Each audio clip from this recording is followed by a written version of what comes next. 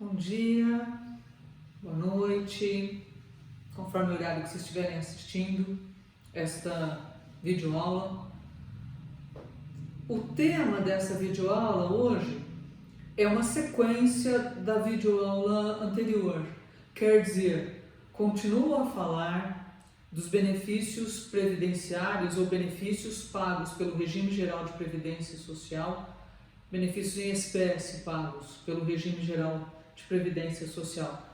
Eu fiz uma observação na aula remota que acho que vale a pena ser repetida aqui, que na verdade o Regime Geral de Previdência Social ele disponibiliza prestações para os beneficiários do Regime Geral de Previdência Social e que essas prestações podem ser na modalidade de benefícios previdenciários, que são importâncias pagas em dinheiro, mas também podem ser na modalidade serviços, como é o caso de reabilitação profissional. A tônica neste tópico aqui vai ser sobre benefícios previdenciários. Destes benefícios previdenciários, alguns são destinados exclusivamente aos dependentes e outros são destinados exclusivamente aos segurados. Vou começar a tratar daqueles que são destinados aos segurados. E de acordo com previsão legal, são benefícios previdenciários pagos pelo Regime Geral de Previdência Social, as aposentadorias e nas suas diversas modalidades, o salário maternidade, o auxílio doença, o salário família. Então esses são os benefícios pagos pelo Regime Geral de Previdência Social. E para os dependentes, os benefícios específicos são pensão por morte e auxílio reclusão. Existe também benefício previdenciário que é o auxílio acidente, pago para segurados também do Regime Geral de Previdência Social. Antes de eu começar a falar dos benefícios em espécie, vale a pena eu tratar de um tema além daquele que eu já trouxe. Por exemplo, eu já falei da condição do período de graça, da questão relativa ao tempo no qual o segurado deixa de fazer recolhimento e ainda assim está protegido, tem direito de ingressar no Regime Geral de Previdência Social, tem direito de acessar benefício previdenciário. O outro tema correlato é o tempo de carência. Isso porque para cada benefício previdenciário existe um tempo de carência. Significa dizer, uma quantidade mínima de contribuições previdenciárias mensais para que o beneficiário tenha direito a determinado benefício do Regime Geral de Previdência Social. Isto é tempo de carência. Conforme o benefício, tem um tempo de carência diferente. Por exemplo, e o que eu vou falar de tempo de carência está no artigo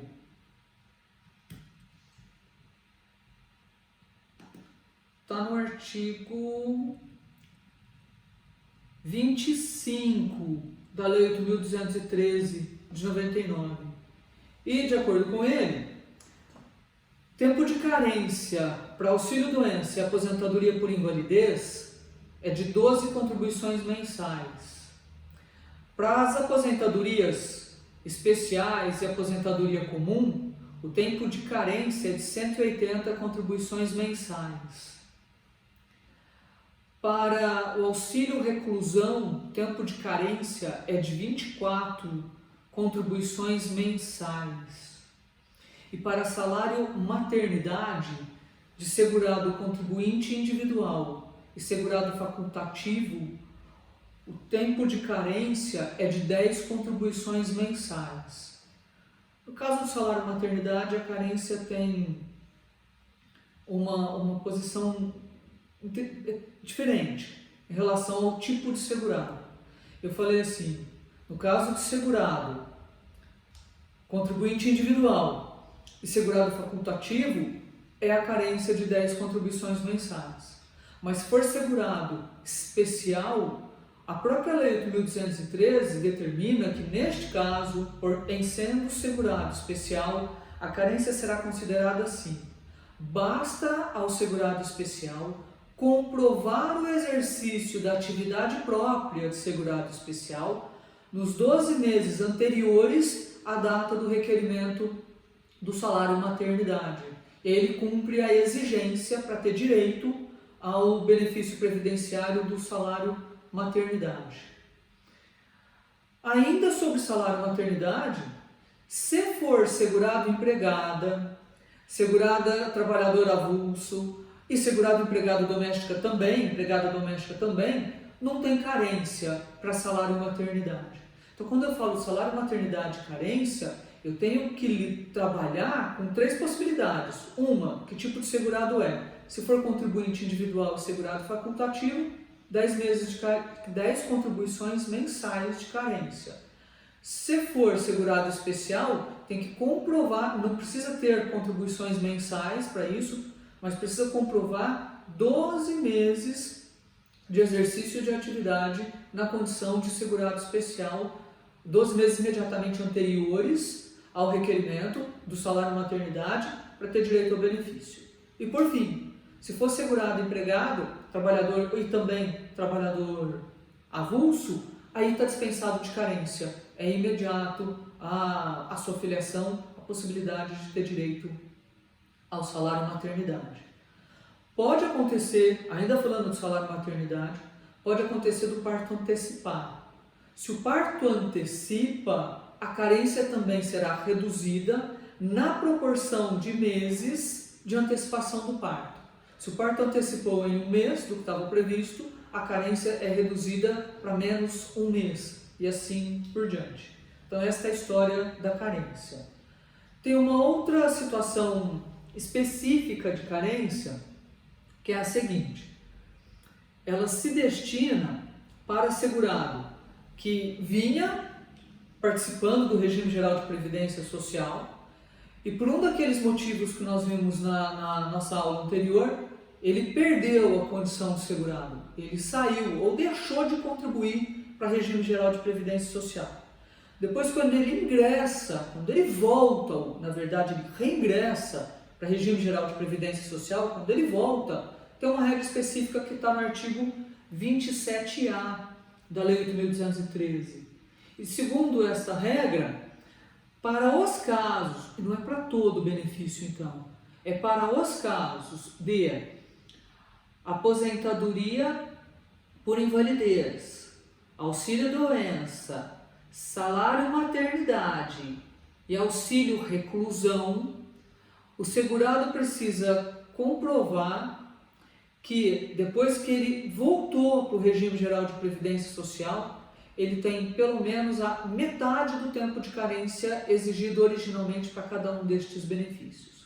Por exemplo, auxílio reclusão, a carência é de 24 contribuições mensais.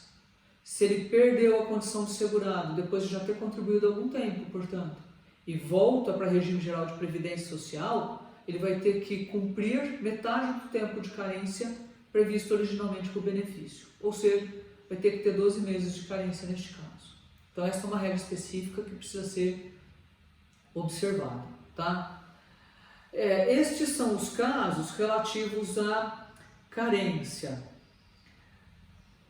Além do segurado empregada e trabalhador avulso dispensar a carência, no caso do salário maternidade, existem outras hipóteses que também garantem o benefício previdenciário independente do tempo de contribuição mensal. Uma destas hipóteses, e aí eu estou falando do artigo 26, uma destas hipóteses é a pensão por morte, salário família e auxílio acidente. Todos estes 3 benefícios dispensam a obrigatoriedade de carência, assim como também dispensa a obrigatoriedade de carência o auxílio-doença e a aposentadoria por invalidez decorrente de acidente de qualquer natureza, inclusive o acidente de trabalho. Mas não só o acidente de trabalho, qualquer acidente dispensa a obrigatoriedade de cumprir carência para ter direito a aposentadoria por invalidez e o auxílio-doença. Além da causa da incapacidade permanente, no caso da aposentadoria por invalidez, ou temporária, no caso do auxílio-doença, além da causa ser um acidente, também não haverá carência se a causa que gera o direito a um destes dois benefícios for uma doença ou uma afecção específica elencada numa lista elaborada pelo Poder Executivo, ultimamente pelo Ministério da Saúde. O Ministério da Saúde elabora uma lista de acordo com a gravidade de uma patologia, de acordo com a lesividade dessa patologia, de acordo com o grau de discriminação decorrente desta patologia, de acordo com o critério de estigma, o critério de deformação, o critério de mutilação, o critério de deficiência atrelado a esta doença ou a esta afecção, que eu vou falar simplesmente a esta patologia. Muito bem. O entendimento que tem sido adotado em relação a esta lista de doenças é que ela não representa um rol taxativo. Portanto, outras doenças, outras enfermidades que são compatíveis com os critérios para a elaboração da lista poderão ser consideradas doenças que dispensam a necessidade do período de carência. Só para vocês terem ideia, para exemplificar estas doenças, eu anotei algumas aqui. Por exemplo, tuberculose ativa, hanseníase, alienação mental, paralisia irreversível e incapacitante, cardiopatia grave, doença de Parkinson, nefropatia grave, que é uma patologia relacionada a rins, síndrome de deficiência imunológica adquirida, que é a AIDS, contaminação por radiação com base em conclusão da medicina especializada e hepatopatia grave. Então essas são algumas doenças que participam do rol elaborado pelo Poder Executivo, notadamente pelo Ministério da Saúde, para dispensar o benefício do auxílio-doença e da aposentadoria por invalidez do cumprimento de carência. Não sendo nenhuma destas hipóteses que dispensam a carência é requisito legal para ter acesso, para ter direito a determinado benefício previdenciário. Muito bem. Vista a questão da carência, um outro item preliminar, até antes de eu começar a falar dos benefícios, é o salário de contribuição. Perdão, é o salário de benefício. Funciona assim, salário de benefício. Para calcular qual vai ser a renda mensal de determinado benefício ou a renda mensal inicial de determinado benefício, tem que ser feito um cálculo para estabelecer qual vai ser a base de cálculo para este benefício previdenciário. Esta base de cálculo recebe o nome de salário de benefício. Por exemplo, aposentadoria comum. Qual é o valor da renda mensal do benefício? Qual é o valor da renda mensal inicial? Aí eu vou dizer assim, o valor corresponde a 60% do salário de benefício. Percebe que então, salário de benefício, 60% do salário de benefício, mais 2% de contribuição anual, enfim, para começo de conversa, 60% do salário de benefício. Então, na verdade, o salário de benefício é a base de cálculo para estabelecer o valor da renda mensal inicial, o valor da renda mensal do benefício. Então, eu preciso saber qual é o salário de benefício. A reforma trabalhista mudou a regra para cálculo do salário de benefício e adotou o seguinte critério: reforma previdenciária, enfatizando. Melhor dizendo, reforma previdenciária estabeleceu que salário de benefício vai ser calculado com por meio de média aritmética de todo o período de contribuição previdenciária, a partir de julho de 1994. A partir daí, soma todo o período de recolhimento de contribuição previdenciária. Faz a média, então, da somatória de todos os salários de contribuição que serviram para recolhimento de contribuição previdenciária. Esta média aritmética corresponde ao salário de benefício do segurado do regime geral de previdência social. O que mudou? Antes da reforma previdenciária, a regra para se chegar no salário de benefício era: faz a média do período total e descarta o correspondente a 20% dos menores valores de salário de contribuição. Então você descarta 20% e ficava com 80%, claro, dos maiores salários de contribuição. Agora não tem o descarte de 20%. Vai ser considerado o período total de recolhimento das contribuições previdenciárias.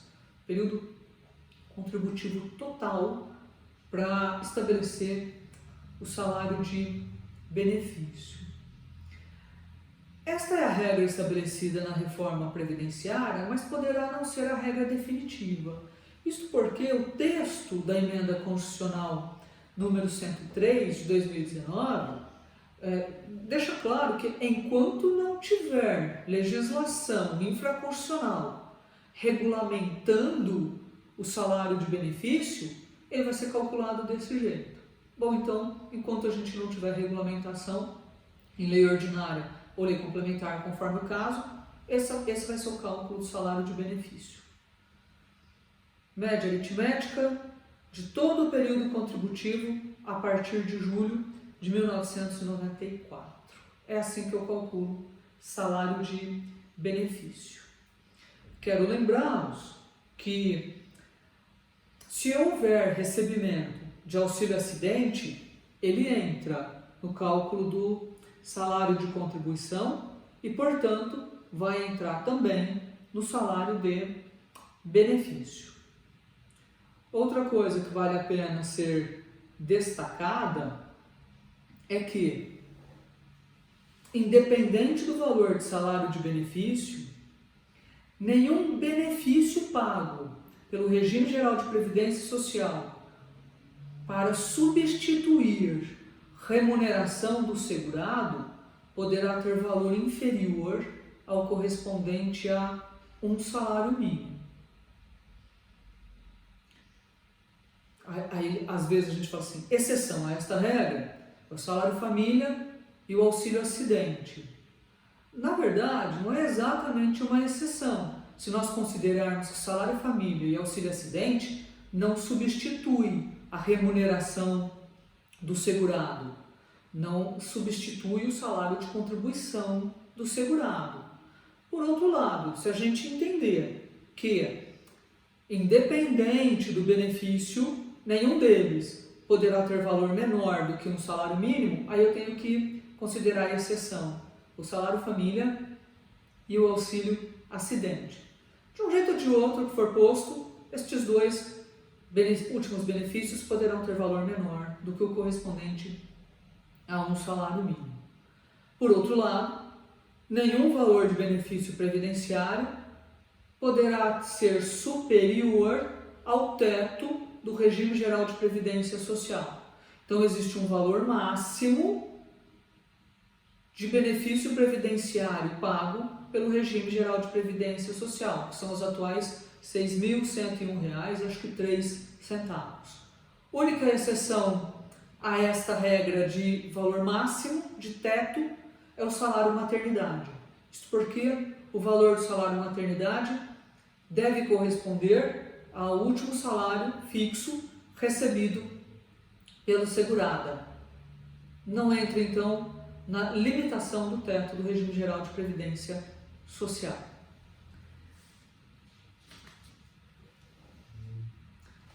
O salário de benefício, como vocês devem ter percebido, se ele é a média aritmética de todo o período contributivo, ele é diretamente influenciado pelo valor do salário de contribuição. Por isso, salário de contribuição é atualizado mês a mês pelo INPC para dar atualidade ao salário de benefício. Então, esta regra precisa ser observada também. Agora sim, agora que eu já sei período de graça, agora que eu já sei período de carência, agora que eu já sei salário de benefício, agora eu começo a falar dos benefícios previdenciários em espécie. Primeiro que eu vou tratar, e nem sempre eu vou seguir a ordem da Lei 8.213 de 91. Vou seguir uma ordem que me parece uma ordem mais lógica, tá? Vou começar a falar da aposentadoria por invalidez, que a reforma previdenciária alterou a nomenclatura para aposentadoria por incapacidade permanente. Então, meus amigos, se vocês ouvirem aposentadoria por incapacidade permanente, vocês estão ouvindo a terminologia atual, depois da reforma previdenciária, mas que diz respeito à aposentadoria por invalidez. A gente começa a ver, no que se refere à aposentadoria por invalidez, quando que ela tem cabimento. Quando um segurado tem direito ao recebimento da aposentadoria por invalidez. Ele terá direito quando ele tiver uma incapacidade total e permanente para o trabalho, insuscetível de reabilitação para outro trabalho que permita o seu sustento próprio, que permita a remuneração para o sustento próprio deste segurado.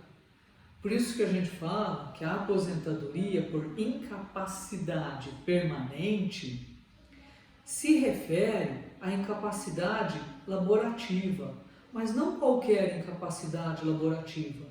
Uma que seja considerada, além de permanente, total. Total porque não permite, não cabe, é incompatível com esta incapacidade a reabilitação para o exercício de qualquer outra atividade remunerada por parte do segurado.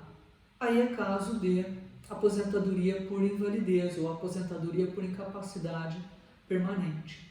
Muito bem, mas quem é que vai determinar se a causa deste afastamento gerou mesmo uma incapacidade permanente e absoluta e total? Quem determina isso é perícia médica. Perícia médica realizada pelo INSS.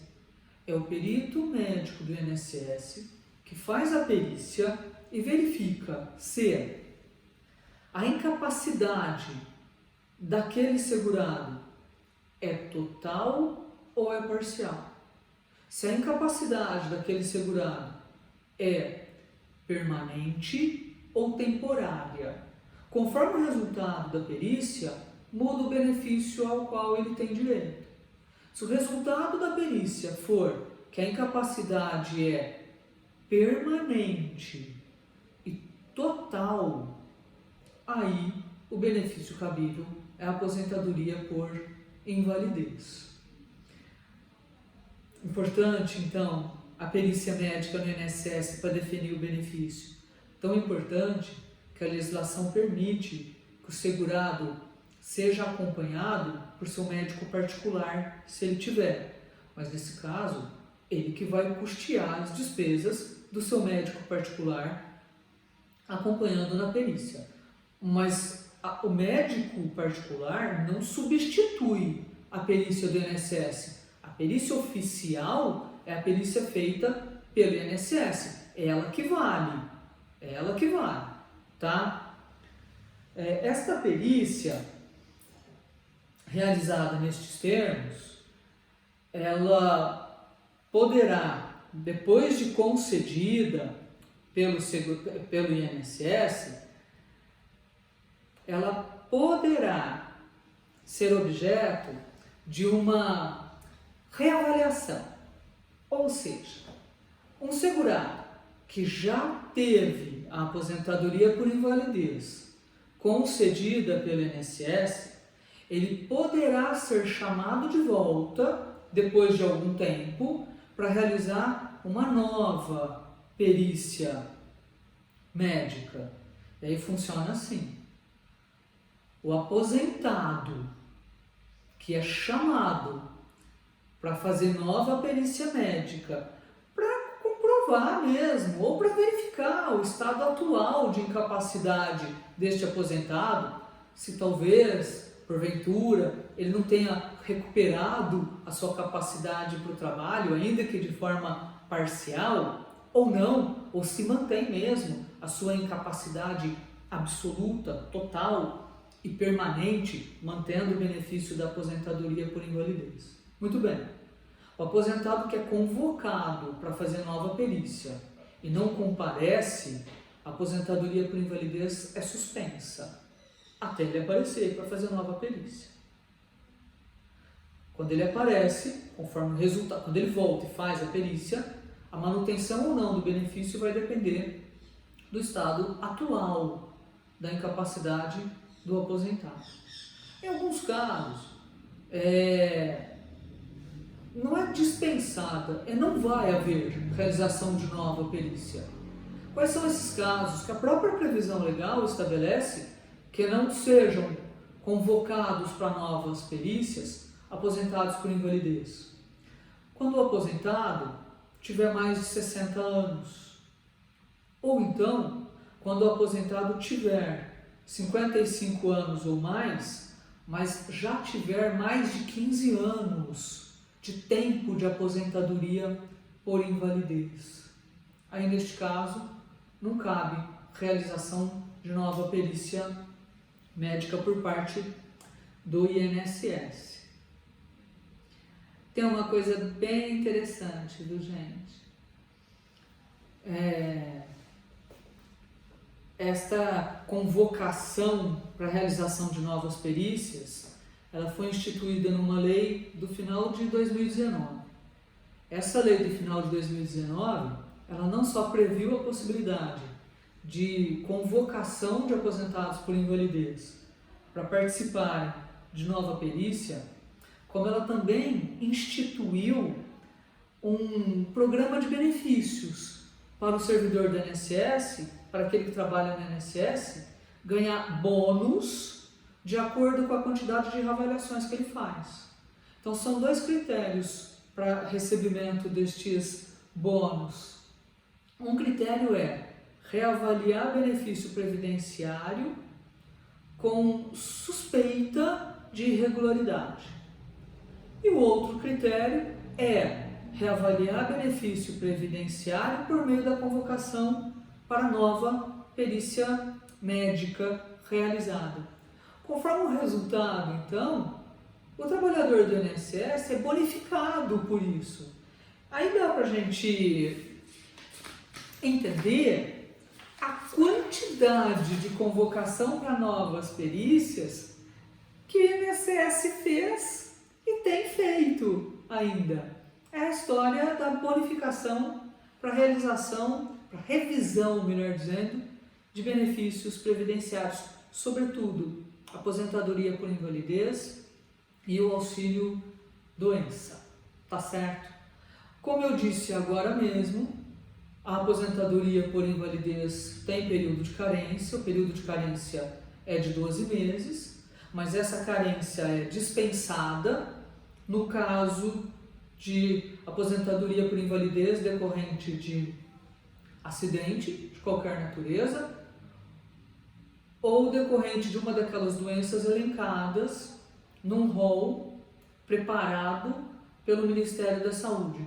Mas volto a dizer, entendimento que tem sido adotado, portanto, o entendimento que tem se formado, o entendimento majoritário, é que este rol não é taxativo, então permite a inclusão de outras doenças, e que também o acidente aqui não é necessariamente um acidente de trabalho, pode ser um acidente de qualquer natureza. A legislação fala acidente de trabalho, ou doença profissional, ou doença do trabalho.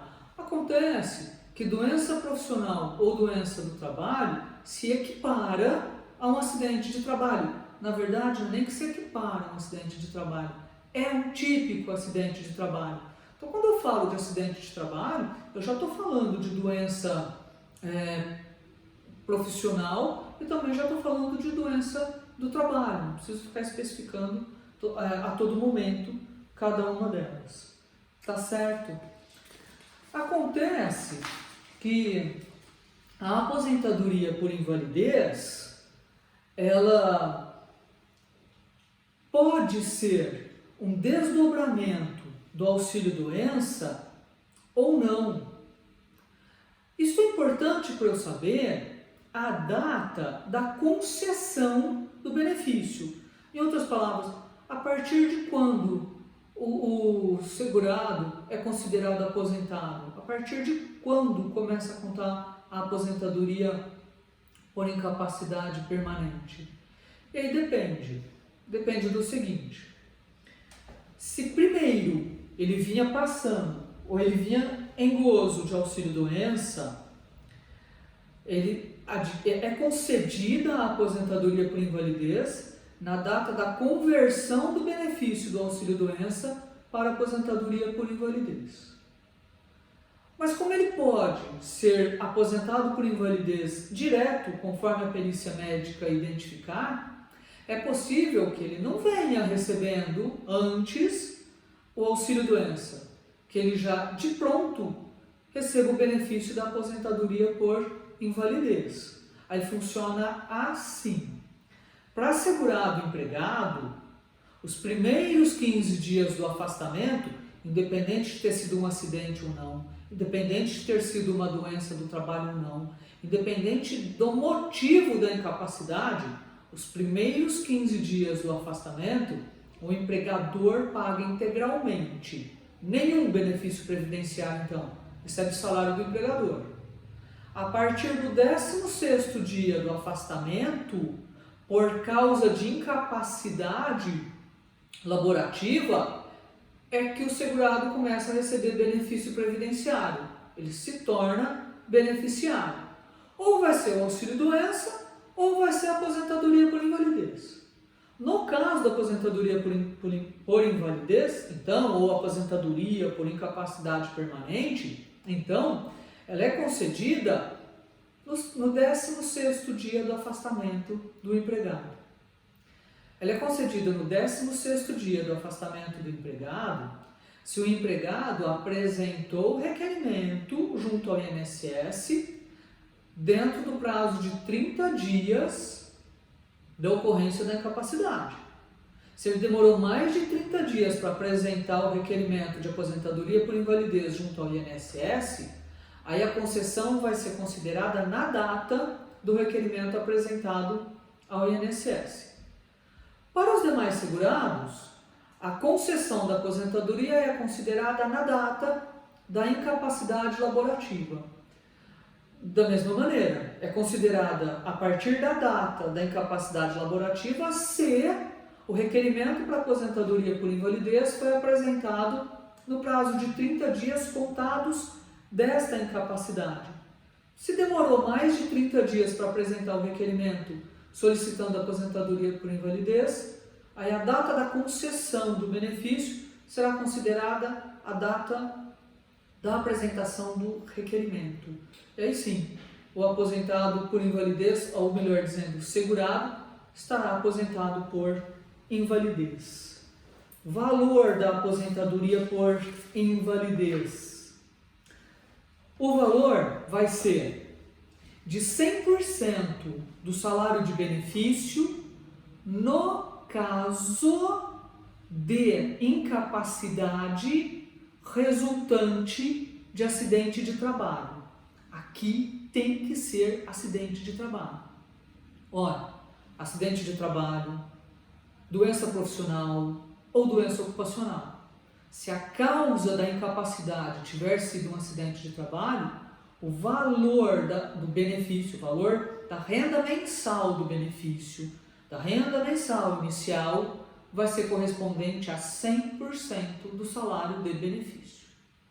Por outro lado, se a causa da incapacidade for qualquer outra que não seja um acidente de trabalho, o valor da renda mensal do benefício será a regra geral das aposentadorias, quer dizer, 60% do salário de benefício, com acréscimo de 2% para cada ano de recolhimento que exceder a 20 anos de contribuição para os homens ou 15 anos de contribuição para as mulheres.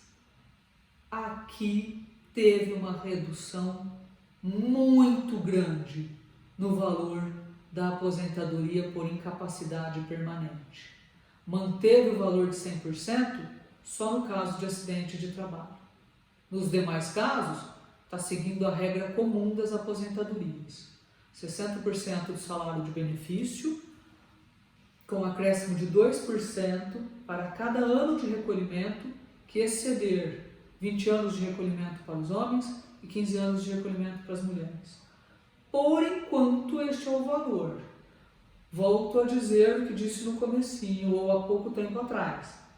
É possível que lei infraconstitucional regulamente valor diferente deste. Por enquanto, este é o valor que está valendo para a aposentadoria por invalidez. E por fim, para a gente terminar este ponto, quando que o segurado perde o direito ao benefício da aposentadoria por invalidez. Olha, ele perde a aposentadoria quando ele morre, claro. Mas ele também perde a aposentadoria por invalidez quando ele recupera total ou parcial a sua atividade, a sua capacidade laborativa. A gente tem visto nestas novas perícias aí casos que, conforme for, podem ser classificados até como milagrosos. Alguém totalmente incapacitado para o trabalho, milagrosamente é entendido como recuperado, pronto para voltar para sua atividade laborativa normal. Se é assim, tecnicamente, ele perdeu o benefício, cessou o benefício da aposentadoria por invalidez. Também perde o benefício quando o segurado voluntariamente, melhor dizendo, quando o aposentado voluntariamente, espontaneamente, volta a exercer uma atividade laborativa.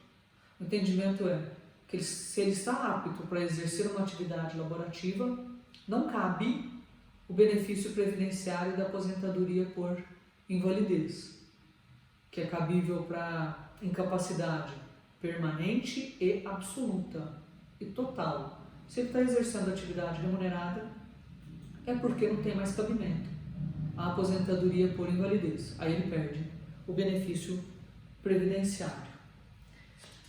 Nestes casos, o cancelamento, portanto, será imediato. Perda de benefício. Isso era o que eu tinha para falar sucintamente sobre a aposentadoria por incapacidade permanente. É claro que estas são informações básicas que devem ser complementadas com o estudo do texto legal e com o estudo da doutrina. Por hoje é só. Muito obrigado pela atenção de vocês. Até mais ver. Tchau. Se cuide.